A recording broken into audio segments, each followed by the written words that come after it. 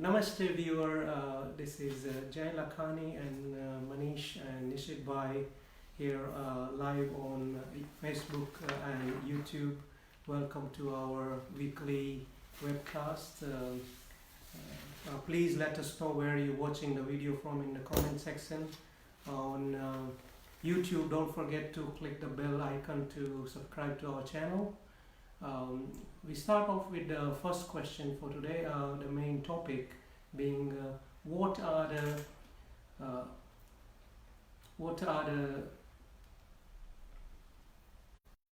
and weaknesses of Hinduism, and how do we eradicate the weaknesses to move forward now with our Sanatan Dharma?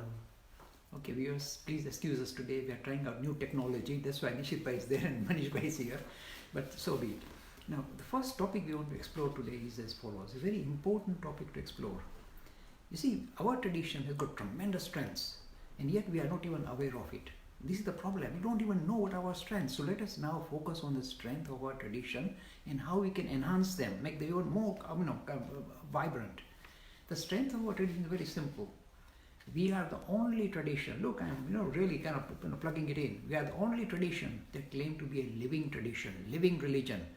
All other religions, however great they may have been, were prompted by their prophets who lived 1,500, 1,500 years ago, but none of them can claim to be a living tradition. Everything has been done. Their prophets have already given them the prescription of how to lead a religious life, full stop.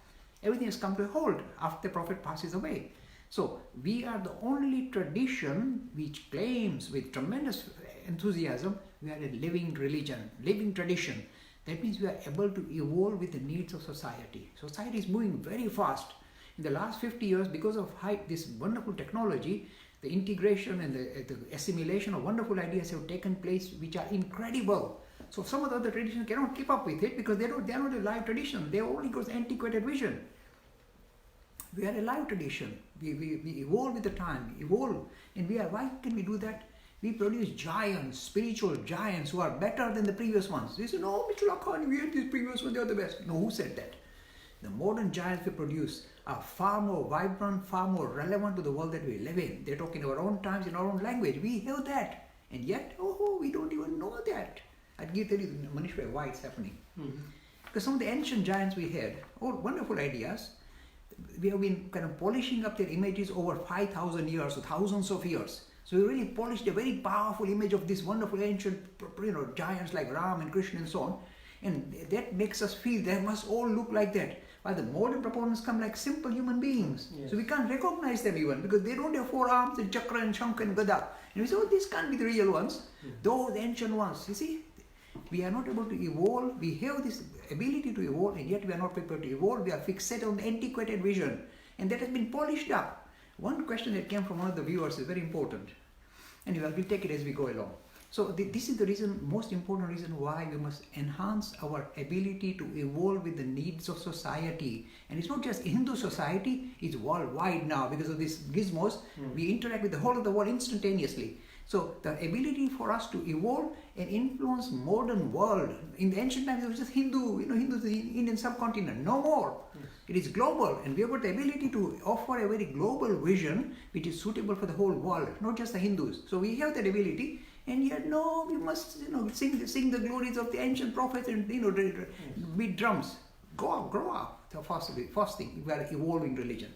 The second feature we possess which other religions don't have, not more, some of them have. The Indic tradition have that. It says make religions experiential. Don't just believe in a belief system and die. Eat, drink, burp and die. Things will be sorted out. We don't believe that. We say you have to make spiritual progress here and come face to face with what you're talking about. Not just believe in it and die and things will sort out. How should they sort out? They will not sort out. So for us to recognize the experiential dimension, that means you must experience this thing called God. If one human being was able to experience the spirit of God for himself or herself, the doorways have been opened up for the rest of humanity to experience this for themselves. We have got that. Other traditions, no, your prophet has done it, goodbye, that's it. You just believe his words and live according to his teaching and live happily ever after and die. We say, no, you have to become a prophet. Forget about bowing down to prophet. You turn into a prophet. You say, no, Mr. Lakhani, it's too much. It is not too much. Your tradition allows you to make such claims, be able to experience this thing they are talking about by yourself, not by your prophet. You yourself can experience this thing yourself. So go for it, says our tradition. The experiential dimension. Most of the youngsters I interact with prefer this vision than this kind of antiquated vision saying your prophet has sorted everything out, now could forget it. We say no, you have to experience it for yourself and turn into a prophet. See, first thing, we are a live religion. Second, we promote experiential dimension. The third thing that we possess, which is dramatic, is this. We sit very well with a comprehensive vision regarding reality. You see, most traditions will say, this is the nature of reality according to my religion. Full stop. We say, no. We are a comprehensive tradition that can relate to the reality in religious as well as in scientific terms. Scientific terms, we love it. We are enhanced by the teachings of science. We are not frightened by it. We don't shudder. In fact, we define our tradition as making sense of the world that we live in. And that's exactly what science talks about. So we have no difficulty with evolution, with the Big Bang Theory. We love it. We get enhanced by you, charged up by. I get charged up by it when I talk about it. So we are a living tradition. We are a tradition that focuses on experiential dimension. We are a tradition that loves more kind of rational, science-oriented worldview. We are a comprehensive religion. My friend, these three are the three prongs, if I can use the word Shiva's trident. Three that can allow Hinduism to enhance not Hindus, but the whole world. We have that glorious position, but yet, you said, how do we eradicate our weaknesses? This fixation, I must be very, very cutting here. The fixation on narratives, ancient colorful storytelling, and a lot of them have become exaggerated, and yet we are fixated on it. We try and give them scientific meaning. We shoehorn science into it. It's nonsense, and we are not prepared to evolve. When we get moral prophets, we ignore them. And there, you lost it then. So the very thing that is making us strong, because we keep ignoring it, we keep wallowing in sentimentality, bhajan and katha, is destroying us and pushing the youth away from us completely. So this fixation on antiquated vision, we need to grow up. Why are we like that? Two things. First, stodgy, inertia. We can't move on. Second, wallowing in sentimentality. This is the greatest weakness of the Hindus. We love to wallow in sentimentality. You see the soap operas, and we do that in religion too. Grow up. Becomes, rather than, look, I'll give you an example, Manish. Thousands of women were enslaved by the Mughal Empire, murdered, tortured, raped, sent off to be slaves. Where were all your gods and goddesses you were worshipping? But you want to hang on to them. But if you had said, no, I'm going to focus on living God, me, I'm going to focus on myself, stand on my feet and fight these guys, we would not have been at the mercy of the outsiders. But we are fixated on this wallowing, well, let us worship Mother Goddess and, this and that, and they will save us. They didn't save you. And they are not going to save you. But now, unless you stand on your own feet and sort yourself out and become vibrant and robust about your own tradition, you are in trouble. This is the reason why we struggle. Wallowing in sentimentality, fixated on storytelling, narrative. Come on, this mythology. Call it mythology, Puran. Grow out of them. No, we must keep wallowing in it. That's the problem. Sorry, I went to I get very passionate about stuff. No, that was great, sir. You've covered everything.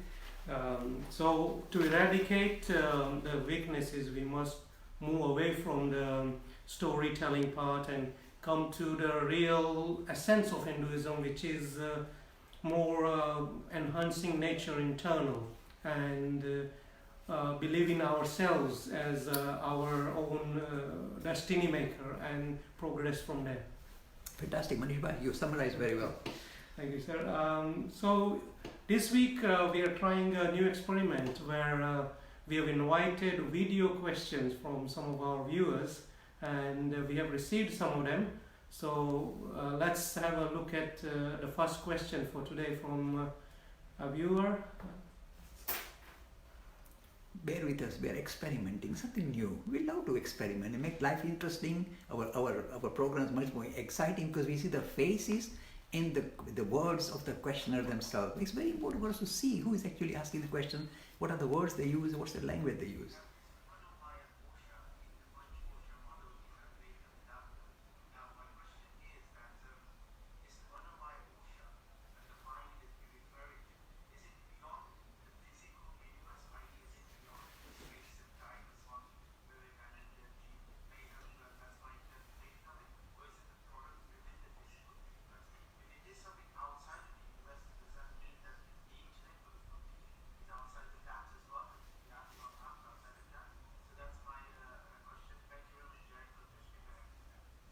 Okay, let me be very frank. The question was seen by viewers on YouTube but not on Facebook because we couldn't extend the technology to Facebook. So I'll repeat the question for you.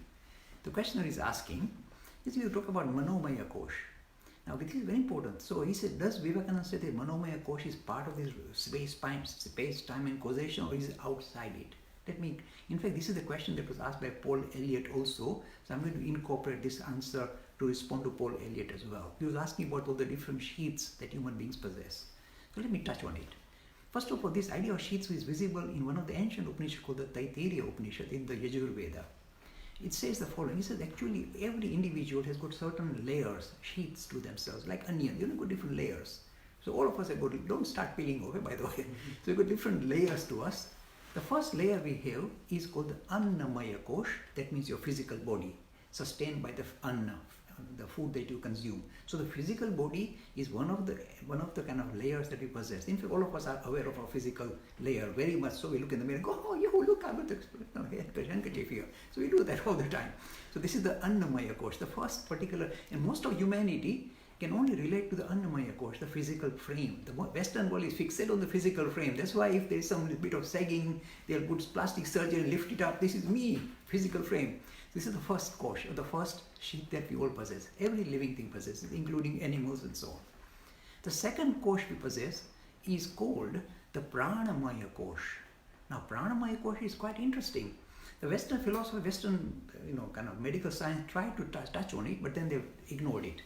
Pranamaya Kosh says that there is something which is keeping your whole system coordinated and kind of giving it life, giving it energy, and that's called Pranamaya Kosh.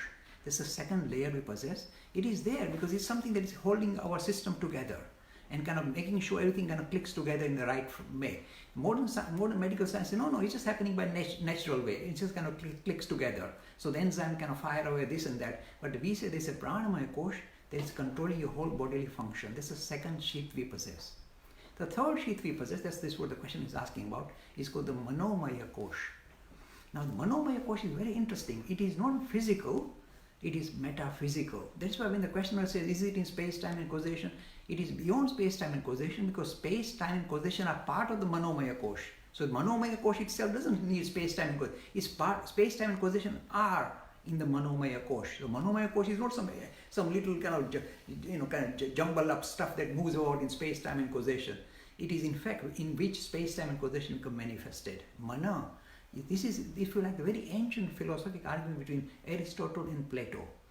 Plato was in favor of Manomaya Kosh, and Aristotle, his disciple, was fixated on physical, not metaphysical, physical. Let me touch on this. The word metaphysical was used initially in Greek philosophy to mean something greater than physical. This is the real meaning of the word metaphysical. But modern world has become so fixated on the physical, they think metaphysical is something woolly, secondary.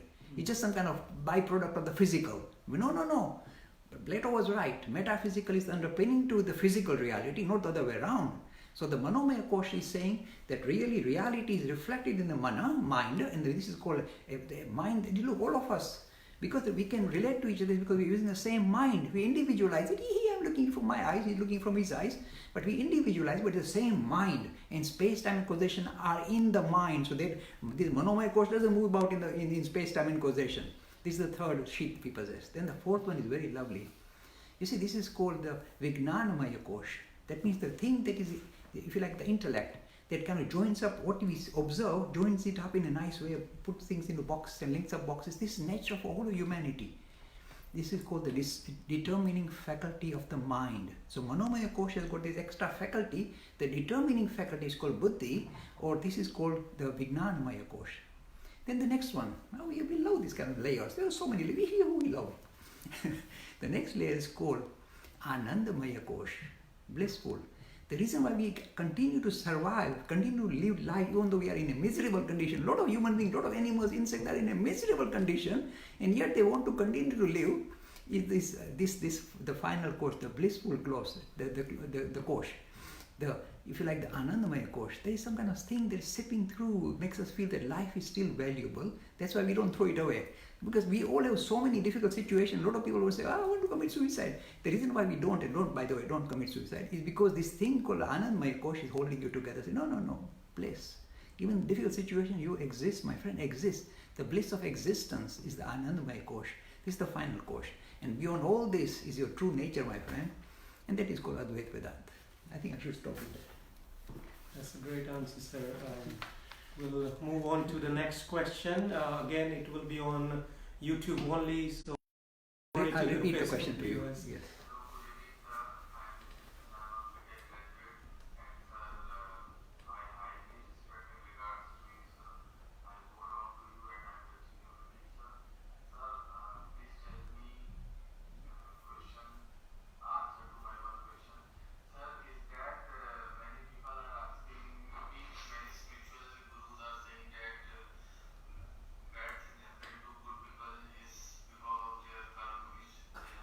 Karma mark.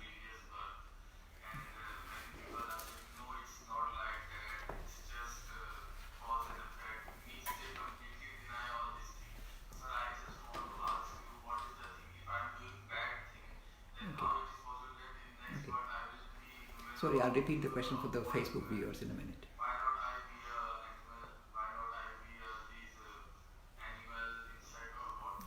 Okay, we should finish with this, right? I've got the crux of the question. The young gentleman is asking, sorry, the Facebook people cannot see his face. In next session, we'd like to put it on both the streams. He's asking about this issue about karma. He's saying, am I going to turn into animal because I did bad karma? Is karma the reason why I'm suffering today? How do you explain this, the issue about karma? This is a real hot potato for Hindus. As I said, some of the things that pulls us down is the misunderstanding or poor understanding of the law of karma. Look, my friend, law of karma is simply saying objects and events, individuals are strongly intertwined. Don't you see? We are strongly intertwined. Me, Manish, Nishi, we are intertwined. We sit together. So everything is strongly intertwined. And in a way we influence each other. Or things kind of combine together and produce a result. This is the complexity of the law of karma. It's not one thing that sets up a new result. A lot of things combine together to produce one result. This is the reality. So the law of karma simply recognizes there is some kind of strong connection between individuals, objects, and the events that we see in the world. Simple, commonsensical. All scientists will say, yes, this is called law of cause and effect. Wonderful, how clever. Now, because the Hindus have misinterpreted this particular very complex phenomena and try and give it a very oversimplistic interpretation, it has caused hell for us. When things go bad for me, instead of saying, okay, things have kind of in a way ganged up against me, so let me come fighting and pull up my sleeve, roll up my sleeves and fight. Instead of doing that, we say, I deserve it, my karma catching up. You cry, you sit in the bed and wallow in sentimentality. Instead of that, they say, no, the law of karma says things will gang up. Whether you're goody-goody or baddy-baddy, things will gang up against you, in your favor, against you, mostly against you. The world is not for our convenience. So when they gang up, we are saying, come on, obviously, this is what law of karma says. So resolve your situation, stand up and fight your ground, and come out fighting rather than become kind of laid back, I deserve it, oh my karma, I'm going to become animal. Who said that? So your law of karma says things will gang up, stand up and fight against it. So don't become indifferent to your own condition. This is what the law of karma teaches, and the Hindus are doing exactly the opposite. Becoming indifferent to their own suffering, becoming fatalist, I deserve it, my karma. What? Grow up.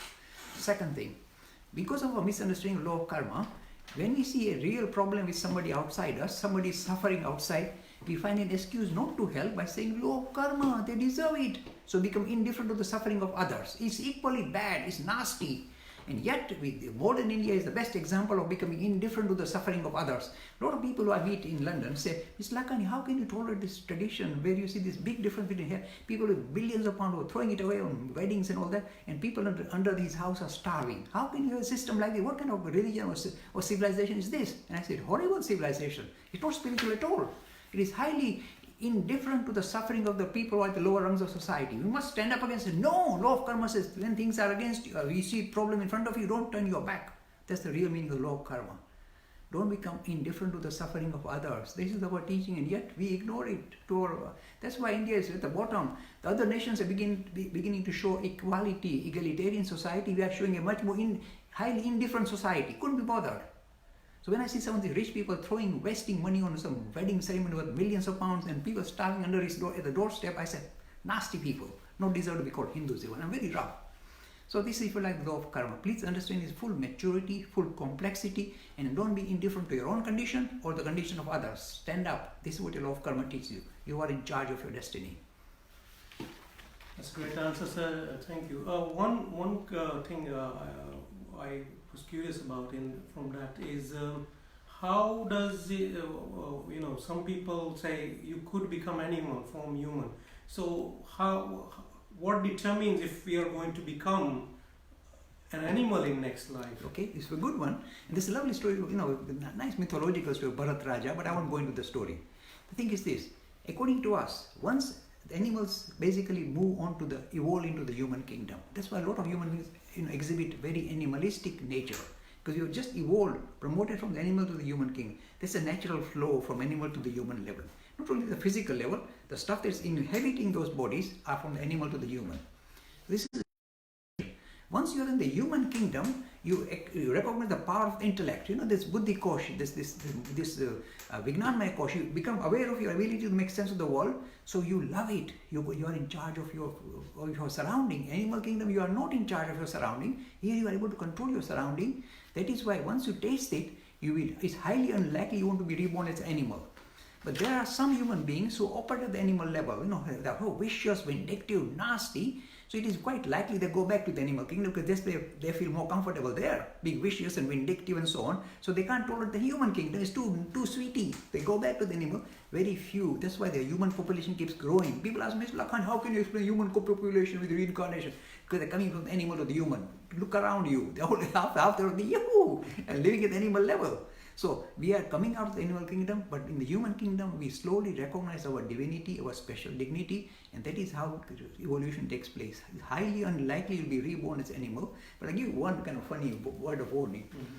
When you some of the pet owners, in the United Kingdom especially, and you look at the pet owner and the pet, they begin to look like each other. The way they walk, the hair, and it's very worrying because I suspect, I'm sorry to say that, I'm going to read often a lot of people who love their pets. Be careful. If you are too close to your pets, it is possible you get born in the wrong place next time because you in a way, engage, kind of feel comfortable with the kind of the ability or the attributes of the pets and might go back there. So be watchful. I'm just warning you. That's a great answer. Thank you. We welcome our viewers. Isn't it true? You see the pet owners and the pet, they walk in the same way. We welcome our viewers Rajat, Bhuvaneswar, Indra Kumar, Lenang, Sarita from Indonesia, Isha Chaudhary, Ujjwal Das, Sailaja from Bangalore, Praveen Kumar from Bangalore, Paula K from USA, Paul Elliott, Kamini Taylor, and many others watching us. Thank you for joining us. We'll take on the next question, which will again be a video on the YouTube, but not on Facebook. And we'll repeat again on Facebook. This is the shortest question I've seen. And the gentleman said, he said 5 seconds. He said, Mr. Lakhani, what is your motto? So I wasn't sure whether he meant motto or motivation. He's looking for a motto from our tradition. I don't know. So I asked him again, what do you mean, motto or motivation? He said, no, what's your motivation for your work you do? Motto. It's motto. But he said, but actually when I phoned him, it's a motivation. Okay. That's why it sounds like motto. So I actually emailed him, say, do you mean motto or motivation? He said motivation. So we go for motivation. Okay. It's very important. You must ask questions like that and challenge yourself. Who the heck are you? Why are you worked up about Hinduism? And what are you doing in London? And showing off with all this bow tie and all that. What's going on? The answer is this. We are, this little gang that we have here, are in love with Hinduism and what it stands for. We love our tradition. Even though we live in London, we feel at home with the tradition that we come from. So we love this tradition and we see it struggling. It is struggling big time. Even now, we just talked about the strength of our tradition and the weaknesses. We are really wallowing in the weaknesses. And in fact, the knowledge of Hinduism in India is so poor.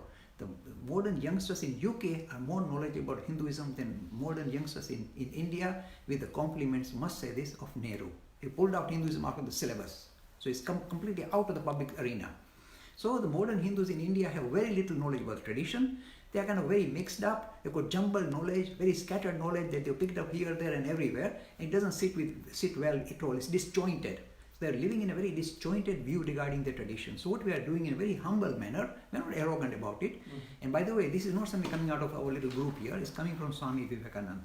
This is our mentor. So we are saying, let us produce a vision of Hinduism that is well joined up, not scattered, well structured, so people kind of in a way follow through the system. It is rational as any tradition can be, as commonsensical as possible. So it doesn't fly off the handle and talk about Puranic stories and fly off and say we had this and that. So it is rational, it's the next one is comprehensive. Because most of the sectarian movements are lovely sectarian movements, but yet they have a very blinkered vision regarding Hinduism. They got a particular kind of vision regarding how they should progress spiritually, nothing wrong, but they can now in a way escape the rest of the world. So they have to interact with people of other vision, and that is why we are offering a very comprehensive vision of Hinduism that is not available with any sectarian movement. We are saying, look, you can be spiritual using kind of a super personality like Ram or Krishna or Vishnu or Shiva, or you can be spiritual by focusing on humanity or yourself.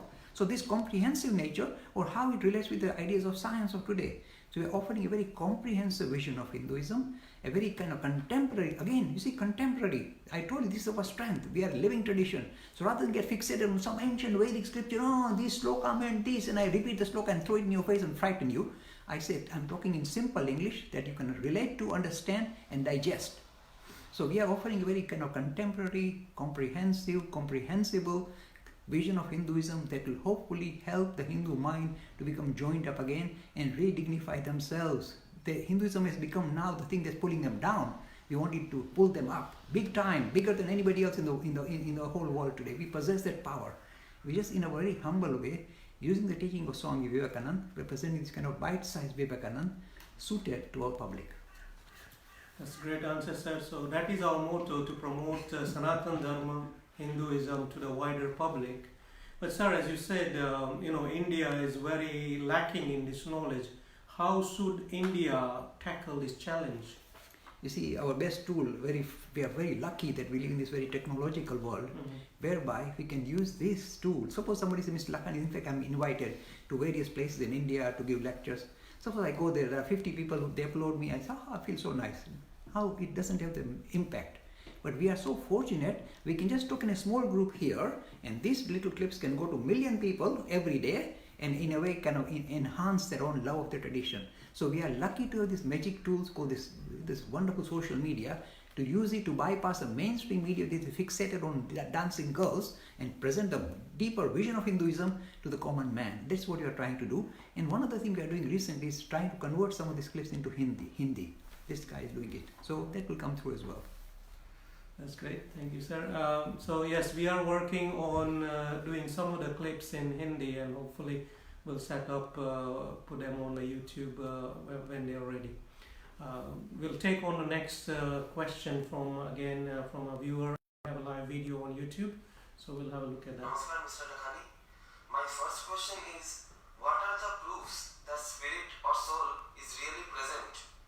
My second question is, what is the difference between Jyotirlinga and normal linga? I mean the regular lingas actually. You see, gentlemen asked lots of questions rolled up into one. So we'd rather go for just one question. Otherwise, we'll really be spending the whole 1 hour just answering that particular gentleman. The first question he asked is very pointed question. He said, what is the proof about this thing you keep talking about, spirit, Atman? What's the proof? You can't be more blunt and more pointed than that. And I like that kind of pointed question. I would encourage more and more of them to come on board. You must ask yourself, you've seen all these kind of great personalities of ancient and modern India. Mr. Lakhani talks about contemporary Hindu figures. They're wonderful. We love them. We look at the stories. They are so enhancing, wonderful. But how can you be sure about it? Maybe just make believe. Maybe they've got some brain malfunction. That's why they're seeing light and burning bushes and all that. Maybe it's all made up. Make believe. How can you be sure, Mr. Lakhani? And this is the question every young Hindu should ask himself. And I'm telling, and Swami Vivekananda said the same. He said, it is better for you to be a very humble agnostic than a bombastic theist. Majority of Hindu youngsters say, I'm not sure. I've heard about it, sounds interesting, exciting. And Mr. Lakhani speaks with so much passion, must be something there. But that can only take you so far. And that is the real search. It's better to be agnostic, saying, I'm not sure. Until you experience it for yourself, be a humble agnostic. Rather than a bombastic theist, yes, I've seen him, I'm sure there is this written in my Bhagavad Gita. Don't do that.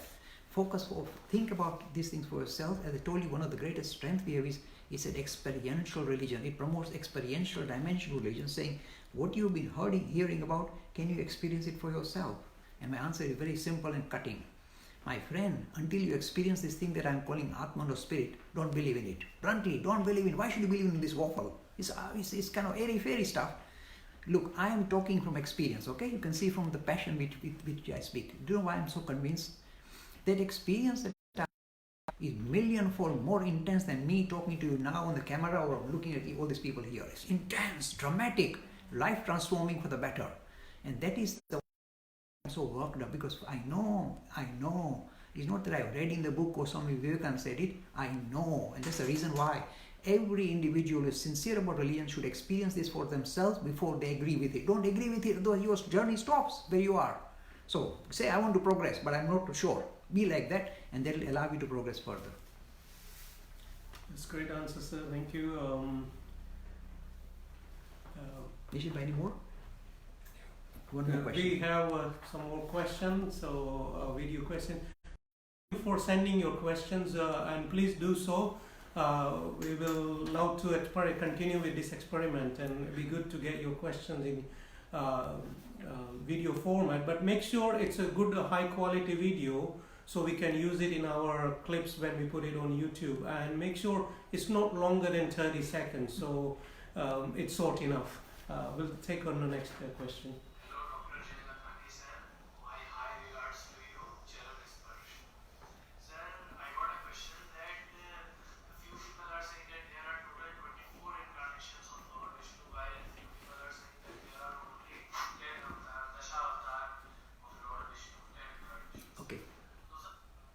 Okay, the questioner is asking very short in English so that the people in Facebook can also relate to what the question is. The questioner is asking, we hear in the Bhagavad Puran 24 incarnations of Vishnu, or sometimes they say 10 avatars of Vishnu. What is right? First of all, as I've been warning our viewers again and again, when anything is coming out of Puran, say the ideas of the four yugas, Sat Yuga, Treta Yuga, Dwapar Yuga, and Kali Yuga, these are coming out of the Puran. Either it's Vishnu Puran or Bhagavad Puran. Now, when anything is coming out of the Puran, always keep your faculty switched on, your thinking faculty. Can this be for real? Or is it exaggeration? Is purely colorful narrative? Ask yourself. Don't ask me even. Think for yourself. When they talk of the different yugas, they're talking millions of years total. For just four yugas to go through millions of years. Okay. Now, if that is the case, we can do archaeological dig up to find out, dinosaurs that lived 65 million years ago. We don't found one human being who has lived more than perhaps 100,000 years ago. When I talk a human being, I mean a Homo sapien, a thinking human, not a Neanderthal. So we don't found one skeleton that goes back to more than 100,000 years. So if we are talking millions of years of yoga, come on. This is downright narrative, colorful narrative. But no, Mr. Lakhani, Yuga, Sat Yuga is finished, Kali Yuga started. When Krishna passed, look, this is part of the Bhagavad Puran and the Vishnu Puran. So watch it. So first of all, as soon as you hear stuff like that, always the word, when Puran comes in, keep your thinking faculty fully switched on, otherwise you're in trouble. So the Bhagavad Puran talks of 25 avatars or sometimes 10 avatars. What is going on? Look, Bhagavad Puran is one of the wonderful Puran. Out of all the Purans, I would say it's the most respected Puran. And I would love it. I love it. It's colorful narrative engaged with very powerful thoughts and ideas. So wonderful. Now, the Avatar idea in a way is reflecting the evolution of humanity from the animal to the human. That says really you can see, the idea of a fish, then amphibian, and then a half, kind of a animal, then half human, half animal. This is, if you like, colorful narrative to show transition from the animal to the human. Then a dwarf human, and then this Parshuram, a fierce human, and then Ram, an ideal human, and then Krishna is a very playful human. So this is, if you like, a transition of humanity. That's what the Avatar is in a way indicating. That's the part I like. Suppose it actually happened. There was half man, half lion. I said, my friend, go away. And people who are sticklers for it say, no, Mr. Lakhani, it actually happened in a different dimension. I said, go in the different dimension, leave me alone here. This is how rough I am. So always keep your thinking faculties on and then interpret this 10 avatars or 24 avatars based on your own thinking. And there was some wonderful personality apart from these 10 avatars we talk about. And of course, Kalki is something to come yet. And poor Buddha is caught up into this as well, because people in Hindu say Buddha is the 9th avatar and the Buddhists say leave us alone, we don't want to talk about God. So smile and carry on. So once you see this in this maturity, this idea of avatars, you are safe. But you know what the greatest grand prize, my friends? Your tradition says You know what? Forget this 10 avatar and 24 avatars. You are an avatar. You say, no, it's too much. Every living thing is a spirit sparkling, looking out through a very mundane, very simple human being, but underpinning every human being is the same spirit looking out. You are all avatars, except you don't know. Thankfully, otherwise you become very arrogant. So everyone, look, this is what you have to forget 10 avatar, 24 avatar. Every human being is an avatar. It's basically the spirit percolating through a particular mind and body complex, struggling because the mind and body in a way it restricts that particular spirit to show its true nature, but then it's still percolating, shining out through the eyes of every living thing. So my mentor said, you relate to Manish Bhai. Yes. If you cannot see God in the eyes of the people you interact with, where else will you find your God?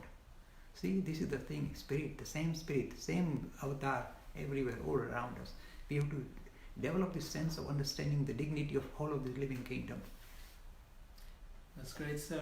So yes, the best way to interact with God is see God in humanity and progress there, and you'll have much more interesting life. Okay. We got a question from... Can I add one thing? In Swami Ashokanand, one of the Swamis that I love, Ramakrishna, who lived in San Francisco until 1969, said something very interesting. He said, when you worship the God in the temple, you got Shiva and Ganesh and all that, and you go and offer flowers and fruit, and of course you pour milk over the poor guy or water, he will sit still and watch you doing these practices. When you try and worship the living God, says Swami Ashokanand, I love this, he says he has got a habit of biting, kicking back, so be very aware. When you interact with the living God, they don't just sit back and allow you to pour water over them. They will kick you, they'll eat you, they'll bite you. You should be able to smile and say, this is the God that's going to kick back, so watch it. This is the attitude you should adopt to see humanity. It is very colorful and it's lively. That's great, sir. We have a question from Priya Ranjan. She's saying, if I'm practicing meditation, should I leave idol worship? Well, depends. As I said, we come in two flavors. Either personality-oriented Hinduism or principle-oriented Hinduism. And by the way, they are not that disjointed. You can mix and match. If we are allowed to do this, mix and match. So you can, for some time, for example, look, when I am, for example, in my normal state, I like to think of this personality called Ramakrishna Vivekananda. I feel very attracted to them. I like to read their life story, relate to their teachings. So I'm seeing a personality. And yet when I close my eyes, I switch them off. Out they go. And I'm thinking about my true nature as something dramatic. And that is, so I can incorporate both. During some period of my time, I can think of ultimate reality as a personality and relate to them. And sometimes I can think of ultimate reality as my true nature and ignore all these gods and goddesses. That is allowed in our tradition. So it depends on your own temperament. If you want to mix and match, like this Mr. Lakhani, you can do that. If you think, no, I just want to focus on this, my true nature, the spirit, Atman. I want to focus on all these, worshipping all these images. So be it, my friend. Great, sir. Thank you. Do we have any more question left from? There's one more question from a video, for a question from a viewer. So we'll take that. I'm proud of being Hindu. I have watched almost all your videos. Recently I got this question from my friend. He's an atheist. He asked me why Lord Ram killed the innocent Shabbuka while he was performing meditation on his own. Okay, this viewer is saying, he's been challenged by an atheist saying, look, you talk about Rama as a great god, a hero, and yet we see in Ram's life certain blemishes, serious blemishes. No, I'm not, it's true, you'll see them. The one that I immediately catches my attention is the idea that here is a great hero, and in order to kill Bali, he had to hide behind a tree and shoot and fire. There was a brave warrior called Bali. Of course, he had done horrendous thing by stealing his brother's wife and all that. And yet Ram, instead of facing up to him and say, okay, let's fight it out, he was hiding behind a tree and shot the poor Bali. So Bali said, why did you do that? You're supposed to be a great hero. Bali asked him. And he said, because you committed so many crimes, I had to do it. That's not a good excuse, is it? So such issues arise. Why do they arise and how do we respond? It's not only once that Ram, you can find a blemish in the story of Ram. The other place where people really blame Ram is making Sita walk through fire. So these are the issues that people say, this doesn't show Ram in a good light. What's going on? Look, I'm telling you bluntly, you'll shudder. I might shatter your ideas. The story of Ram may have been much more cruder than you ever imagined. There may be a lot of blemishes in his life. And throughout his life, he may have committed a lot of mistakes, like all human beings. Even though we have this spiritual dimension, we go through difficult patches. So The only thing is, because the story has been told and retold over thousands of years, they've been polished out, taken out. Ram can be shown in a poor light, but a few blemishes still remain, like this killing Bali. So you recognize this a very human person with perhaps a lot of warts, not just all polished up. And when you see him in that light, you see him as a true human, and in making mistakes like human beings do. And once you recognize that, and you say that the reason why I polished up the story over thousands of years, understand it, we like to polish up our hero, we make him look shinier, shinier, to this level that you can't relate to a modern hero because he doesn't have those shiny features. So this is our problem. So I'm telling you, this straightway shows that Ram was very human. And you know, the safe example, when Sita was abducted, he started crying. You see, he's God of gods, he's crying. So you see, you go through human phases, and then recognize it, and don't get frightened by it. Ram was a great hero, there's no doubt, otherwise the whole of the Southeast Asia would not have been hit by him so heavily. So Ram is a great hero, but there were blemishes, and recognize them as human failings. We all have them. And even when a God comes in the form of avatar, he in a way pay a price, become human, and kind of go through these human emotions and human mistakes too. Once you recognize it, you smile, and then you don't get frightened. But the one good thing is, you now know that Ram was not pure and pristine as you expected. You know, this shiny thing you see on the television. He was a human, and maybe the clothes he was wearing, the way he looked would have been quite different from what you imagine. We just polished him up. But then when you see a new Ram Krishna here, he looks so weak, and it can't be godly man, surely not. And this is the reason we've kind of lost track that human beings, when God appears as human, he shows a lot of human faculties. Nothing wrong with that. Just be mature. Ramayana and Mahabharata, according to us, are historic stories with historic foundation, and yet a lot of exaggerations, a lot of things have been kicked out, a lot of things have been added on. Is human tendency. Over thousands of years this has been happening. Once you recognize it, then you can still relate to them. That's great, sir. So, as we say, avatars are human beings too, and they have their limitations as well, and we need to recognize them. Another question is from Paula K. How can we deal with negative emotions? See, again, part of reality. Just as you have ups, you will have downs. It's never a straight line. Everybody's life, even the lives of great saints, you've got ups and downs. So when you have downs, think of the ups. Try and lift yourself up. Focusing, how can you do that? If you limit yourself to thinking you are a very ordinary, simple human being, undergoing pain and pleasure, then you are stuck. But every time you are kind of being kicked, look, I get kicked all the time. When I get kicked, I say, I am the spirit, I am the spirit. I can overcome all these kind of shenanigans and grow out of them. So that attitude you develop, and it comes not from me, it comes from within you, saying, yes, I am the spirit. I can tackle any issue that arises in front of my eyes, handle it and grow out of it, get out of it. And this attitude, the strength is within you. As Swami Vivekananda keeps saying, my friend, you have got infinite strength, but you put your hands over your eyes and say, oh, I can't see, I can't see. So you are in a way covering up your own true dignity, your true divinity, your true integrity as a spiritual being, and then you pay this price. So every time this happens, say, move my hands away from my eyes. Yahoo, I am the spirit. Why should I be pushed around by circumstances? I'll grow out of that. That's the attitude to take. But life is going to be up and down for everybody, including Manish by me, Nishit by we all get lots of ups and downs. And when we go home, we'll soon find out. So, as law of karma says, let's be positive, fight our way out of it. And same with negative emotions. We need to think about positive things to get out of that negative phase. This question, there's a new question from Divyanshu. How do we bring our youth back to Hinduism? So we've highlighted that Hindu youths are moving away from our tradition. How do we bring them back, sir? Yes, in fact, that is the whole motivation of this work we are doing. That all people are too late. For them it's just bhajan and katha, all the hair are falling out, they're chewing cud, leave them alone. Let them have bhajan and katha happily. What about the youth? Because I'm telling you, with the compliments of Nehru, the modern Hindu youth have run away from Hinduism. In fact, they only take it as a token gesture to their tradition, nothing more. Just a gesture, this is our tradition. But apart from that, they cannot relate to any of the teachings of Hinduism whatsoever. Reality, the only thing they relate to is money and how to enjoy myself, a secular vision. Very materialistic, crass materialistic vision is the only thing they can subscribe to, with the compliments of Nehru. I'm very blunt, I don't like to make political statements.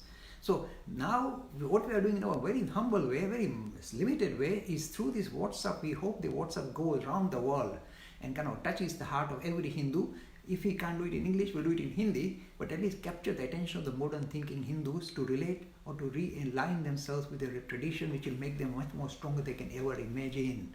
They'll be the first time they feel ethical, moral, and really strong about themselves. This is what we are trying to do.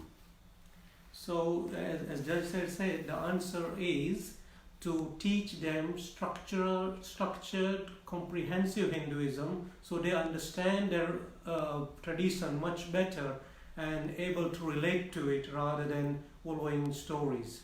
So, and that's what our work is. And we hope that someday maybe Modi government can introduce some sort of education of this kind in Indian education system, whereby it is taken up on a mass scale and hopefully will improve the situation.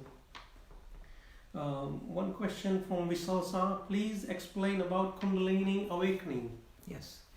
You see, this Kundalini has become a very kind of exciting term. People like to use, my Kundalini is working out. I'm telling you, 99% there were some medical problems. Kundalini doesn't wake up that easily. Now, what is the Kundalini stuff? I'll just touch on it a little bit. This is real and from experience. I'm talking not from read of some book. When you are successful in meditation, some kind of stirring up begins at the base of the spine. This is called the Muladhara, the bottom chakra, if you like. So there is some kind of stirring up that begins. It happens naturally. You don't have to stir it up. You don't put some prods in it. It stirs up, and at the base of the spine, and from there it begins to rise. As it rises, your understanding of reality keeps kind of improving dramatically. First, you lose consciousness of your body. You know, I'm not the body. Well, hey, first time you heard that, but now you actually experience it.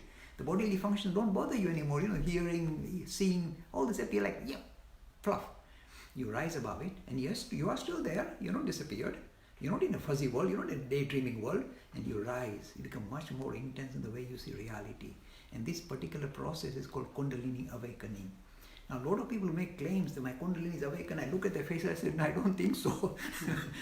You see, straight you'll see their features are very common. They're just using this kind of exotic term, Kundalini, and then they get running away with it. But 99%, I would say, when people say Kundalini awaken, I can make your Kundalini awaken, run away from them, because I don't think they've been able to awaken their own Kundalini. How are they going to do that for you? So be suspicious, be skeptical. And when it happens, you will know it's happened, but it will happen naturally in its own time as you become more spiritually oriented. And sir, for this Kundalini awakening, the best way is to progress to Raj Yoga, which is actually step-by-step method of becoming spiritual and experiencing that. You see, in fact, Raj Yoga is the central yoga of the Raj, the royal yoga. It is in fact the central teaching of how you become spiritually awakened. And there is nothing compared to that. Only comparison I can make is my mentor Vivekananda, when he was in the West, he was thinking, what can I give to the Western people? They already have their mentor, they love this Christ, let them be. He said, this is the way they focus. Be focused. Fair enough. He said, what can I offer them? He said, they don't have experiential religion. Let me give it to them. And this is a true story, Manish, but very interesting. He had a lady, I forget the name now, that American lady who was kind of very devoted to Swami Vivekananda. He said, now we're going to do experience on Raj Yoga and write up a book on Raj Yoga. Because Vivekananda is not going to write up a book. So Mrs. Waldo, I think his name was Miss Waldo. And then Swami Vivekananda said, okay, I'm going to check out each and every verse of Patanjali Yoga Sutra, Raj Yoga. So he started saying, first, this is the first verse, this is the second verse. Chitta Vritti Nirodha, this is the beginning of Raj Yoga. And he would actually experiment on himself every verse of the Patanjali Yoga Sutra and see to what extent it's real. He would not agree to anything until he could experience it for himself. So he went through the whole of the process of practicing Raj Yoga, going through the 8 Ashtanga, 8 states, and experienced it for himself. And he would go into deep meditation, come out, and Miss Waldo was sitting with a shaky finger in hand, saying, what is he going to say now? He said, now write this. And she wrote it out. And that particular writing is called Raj Yoga by Swami Vivekananda. He never wrote it, but actually experienced every verse. And from those verses, he said, let's write up Raj Yoga. And that was written up. So if you are serious about it, it's heavy going, by the way. Read up the stuff called Raj Yoga by Swami Vivekananda. This will give you very step-by-step, as Manish said, progress of how to be spiritually awakened. Very powerful, very difficult, by the way, very difficult. The first particular word, first need, first anga is the pillar. It says Satya Ahimsa Aste Aparigraha. brahmacharya, and everybody runs away. Brahmacharya means you can't think lovey-dovey even in your dream. Not even your dream, how dare you? So you say, this is not for me. So majority people will say, leave us alone. Mr. Lakhani will follow other pathways. This Rajyoga is too heavy for us. This is my true experience, so be it. I think we should finish with that. Yes, I think we've come to end. We 10 to 3, and I think we'll finish with that. We'll finish with a quote from Swami Vivekananda. And the quote is, you have to grow from the inside out, Swami Vivekananda said. So, enhance nature internal to progress spiritually. Jai Bhai, do you have any final Manish Bhai, after thing to say? when you quote Vivekananda, my lips are sealed. I've got nothing more to say. And thank you very much for stepping in today. And Nishit Bhai, sorry you were not on the camera, but you were working away to make these clips become real on YouTube and Facebook. Facebook, YouTube, sorry. So be it. And thank you for joining us, and please do join us next week, and we look forward to your video questions again. So we'll continue with the experiment. Thank you very much, everyone.